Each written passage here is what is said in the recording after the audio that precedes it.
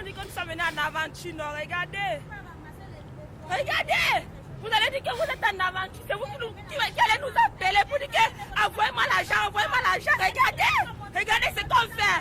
Regardez comment on fait. Tout ça, c'est encore de Paul Biya. Donc maintenant, comment tes enfants souffrent dans le pays des étrangers. Regardez comment on souffre dans le pays des Arabes. Regardez. Vous-même, regardez. Appelez-moi Paul Biya. Appelez-les ici, là. Regardez comment tes enfants souffrent. Tout ça dans le pays des Arabes. Ils n'ont même pas l'argent. Regardez. Regardez. On nous met dehors. Regardez. Regardez. On nous met dehors. Comme ça. Et puis on paye la fin du mois chaque jour. Même toi qui viens, comment tu peux payer maintenant à 100 000 francs le mois? 100 000 francs. Mais moi, j'ai utilisé et paye la maison à 100 000 francs le mois. Je paye la lumière à 50 000. Est-ce que tu vis comme ça? Tu vas t'en sortir, tu vas jamais t'en sortir. Regardez. Regardez. Oui. Regardez.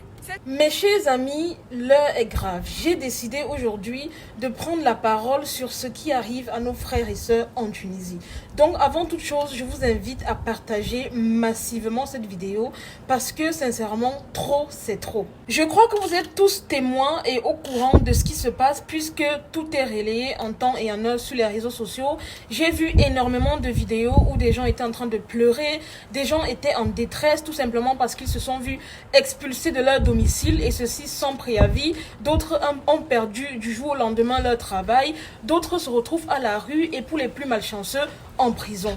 Et comme si ça ne suffisait pas, il a fallu que le président tunisien vienne encore enfoncer le couteau dans la plaie tout simplement, à travers son discours qui était totalement inhumain, où il affirmait haut et fort que les étrangers d'Afrique n'ont rien à voir dans son pays et que d'après lui, la présence de migrants sur son territoire serait tout simplement un complot pour changer soi-disant la composition démographique de leur pays. Donc en gros, d'après lui, il se dit que nos frères subsahariens sont là-bas pour pouvoir marier leurs soeurs et leurs frères, puis par la suite donner naissance à des enfants métissés qui vont tout simplement changer la composition démographique de leur pays quoi. Après ce fameux discours, beaucoup de nos frères se sont vus expulsés.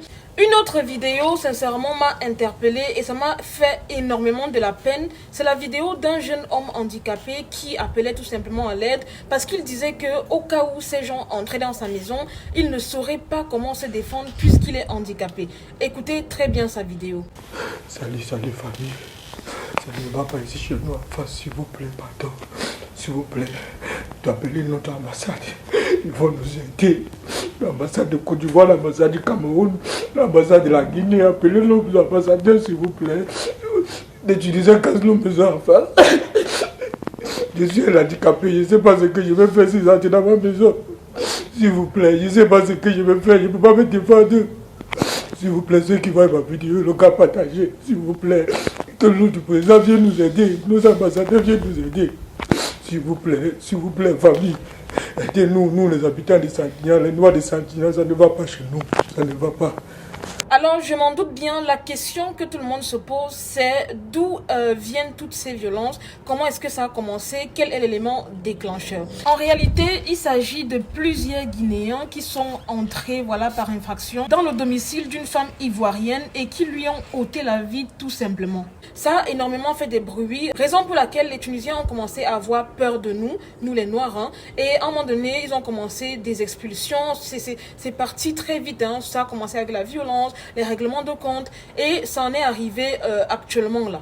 Après le fameux discours du président où il appelait à l'arrestation de tous les migrants, il est néanmoins revenu à des bons sentiments et a demandé à ce que tous les migrants qui sont là de manière légale, c'est-à-dire qui ont leur titre de séjour, qui ne sont pas venus par bateau, en tout cas qui sont entrés dans le territoire de manière légale, puissent ne pas du tout avoir les problèmes. En gros, il dit que son problème c'est l'ensemble des migrants qui sont sur son territoire de manière illégale, en gros les sans-papiers quoi. Donc que toutes les personnes qui sont en situation irrégulière se rapprochent de leur ambassade afin de faire ce qu'on appelle un retour volontaire vers leur pays d'origine. Parce que sincèrement, mes frères et sœurs, l'Eldorado ce n'est pas à l'étranger. On est mieux servi que par soi-même. Je sais qu'au pays c'est difficile, je sais que la situation en Afrique est compliquée et que les gens ont tendance à vouloir aller chercher le bonheur en Europe, ailleurs, mais s'il vous plaît, à un moment donné, restons chez vous. J'ai vu énormément de personnes qui se sont vues vendre des terres, leurs boutiques et qui avaient des bonnes situations financières au pays, mais ont préféré tout plaquer, tout vendre pour aller souffrir, voilà, dans des pays comme la Tunisie, le Maroc et j'en passe. Sincèrement, il faut arrêter ça. Parce que des fois, nous-mêmes, on est la cause de nos problèmes. Parlons maintenant de la vidéo de la fille qui accuse Paul Biya de ce qui lui arrive actuellement en Tunisie. Je ne suis pas d'accord parce que, on est d'accord que au pays, ça va pas en ce moment, il n'y a pas trop d'emplois et tout, mais deux fois, je dis bien deux fois, on peut s'en sortir.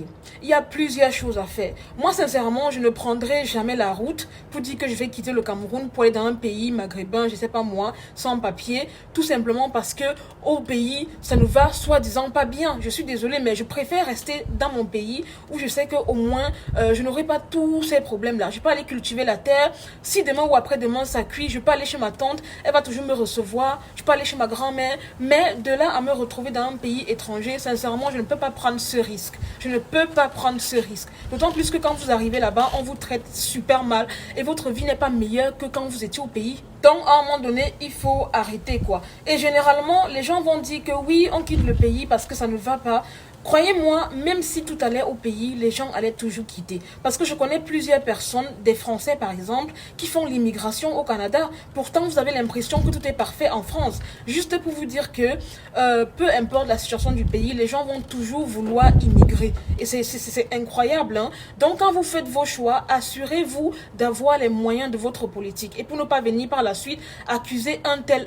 On est d'accord que ça ne va pas très bien au pays, mais n'abusez pas non plus. Personne ne vous a envoyé voyager. En tout cas, vous verrez même que, même lorsqu'on va lancer le rapatriement volontaire, ces personnes-là vont même refuser de rentrer au Cameroun ou chez eux tout simplement. Parce qu'ils aiment ça. Ils aiment ça en fait. En tout cas, beaucoup de courage vraiment à nos frères migrants qui sont là-bas en Tunisie. Union de solidarité, union de prière pour vous. Vraiment, je prie que Dieu vous assiste et que les choses aillent plutôt bien. Sincèrement, les pays maghrébins, c'est des pays que je déconseille fortement. C'est des gens qui sont pas du tout gentils avec les gens comme nous, c'est-à-dire qui ont notre couleur de peau et tout et tout. Franchement, vaut mieux rester chez toi plutôt que d'aller dans ces pays-là parce que la souffrance que tu peux endurer là-bas est bien plus pire que si tu restais tout simplement chez toi. Voilà. Pour ce qui est des Camerounais, j'espère vraiment que l'État va faire quelque chose, va lancer un mouvement de rapatriement volontaire, même comme je sais que beaucoup de personnes vont refuser de rentrer, même si on leur proposait cette solution. Mais n'empêche que l'ambassade fasse quelque chose, que l'État camerounais fasse quelque chose, afin que voilà, les ressortissants camerounais qui sont tout simplement bloqués en Tunisie puissent rejoindre le continent camerounais. Voilà les amis, c'est toute cette vidéo. C'était Marie Bibi pour un petit débriefing vite fait, bien fait. N'hésitez pas à me mettre en commentaire vos avis. Qu'en pensez-vous des vidéos que je vous ai montrées? Est-ce que vous pensez que tout ce qui arrive est de la faute de Paul Biya? Moi, personnellement, je pense que les responsabilités sont partagées. Même si Paul Biya en est responsable, la personne qui a décidé de voyager en Tunisie en passant par la mer est également responsable de ses propres décisions. Je vous invite donc à liker la vidéo massivement, à la partager massivement. Voilà, je vous aime, je fais de gros bisous et à très bientôt pour une nouvelle vidéo. Bye!